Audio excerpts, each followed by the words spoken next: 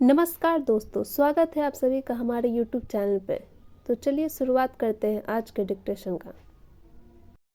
उपाध्यक्ष महोदय, मैं समझता हूँ कि अब तक इस वैदेशिक नीति पर न केवल इस ओर के सदस्यों ने ही बल्कि दूसरी ओर के सदस्यों ने भी प्रधानमंत्री जी को धन्यवाद दिया है। इसलिए मैं अपनी तरफ से धन्यवाद देकर उनका बोझ बढ़ाना नहीं चाहता। इसमें कोई संदेह नहीं कि इस सदन के सभी सदस्य, चाहे वे किसी भी पार्टी से संबंध रखते हों, इस बात से पूरे सहमत हैं कि हमारी विदेश नीति ने संसार में हमारा सिर ऊंचा उठा दिया है। हमने पंचशील के सिद्धांत को संसार के सामने रखा है।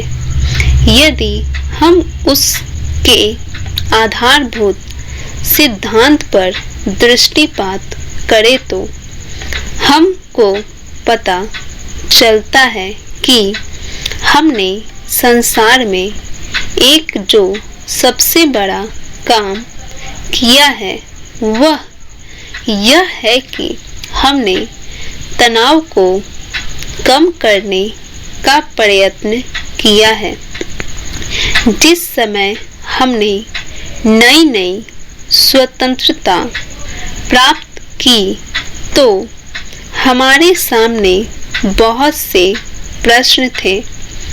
उनके साथ ही हमारे दो बड़े गुट थे जो कि एटम बम और दूसरे बम लिए हुए हमको चुनौती दे रहे थे कि अगर हमने उनमें से किसी एक गुट में सम्मिलित नहीं हुए तो हमको बड़ी कठिनाई होगी। उस समय भी हमारे प्रधानमंत्री ने हमारे देश की वैदेशिक नीति को इसी स्तर पर रखा, जिसके कारण आज हम संसार में अपना सिर ऊंचा उठा सकते हैं। हमने जो संसार के सामने पंचशील के सिद्धांत को रखा, उसका सबसे बड़ा फल यह हुआ कि एक सम्मेलन हुआ जिसकी ओर मैं आपका ध्यान दिलाना चाहता हूँ।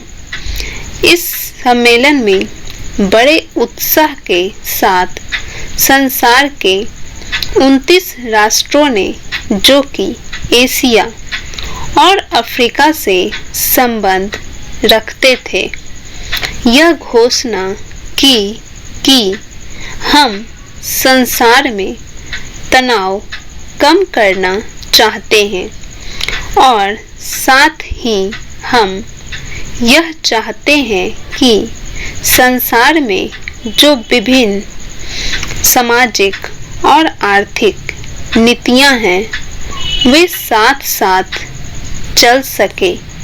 हमारी वैदेशिक नीति में जो सबसे महत्वपूर्ण चीज है वह है सह अस्तित्व की भावना।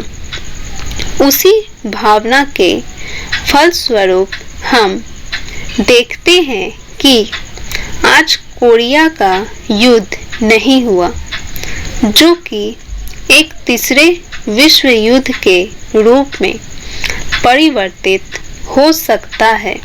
हमारी इस नीति के कारण हमारे अमेरिकी मित्र हमसे कुछ अप्रसन्न भी हो गए, लेकिन यदि हम ऐसा न करते तो आज संसार को तीसरा युद्ध देखना पड़ता।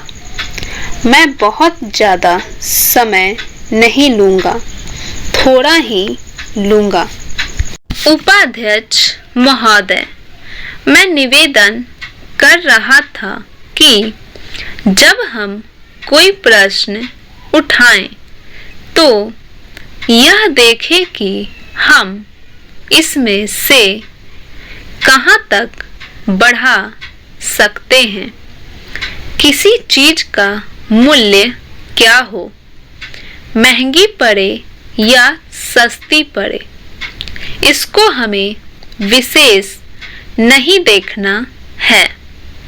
गांधी जी ने कितनी ही बार हम लोगों को यह बात समझाई कि मूल्य किसी चीज का रुपये पैसे में क्या है। यह कोई महत्व की बात नहीं है।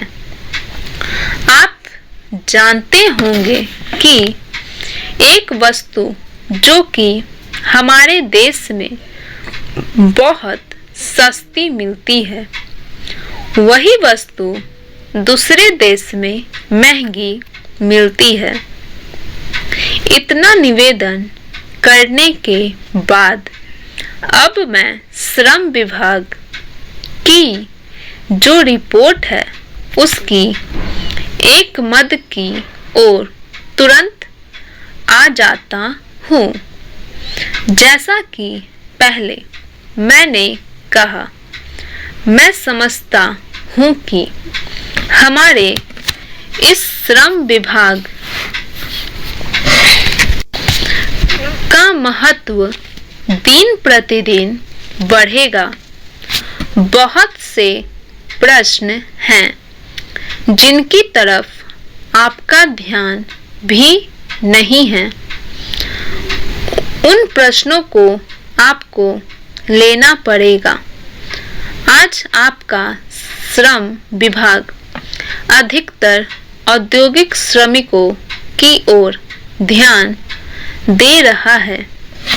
अभी हमारे माननीय सदस्य ने जो खेतीहर मजदूरों की दशा सुधारने की ओर भी आपका ध्यान दिलाया था और बतलाया था कि आज उनकी कैसी खराब हालत हो रही है।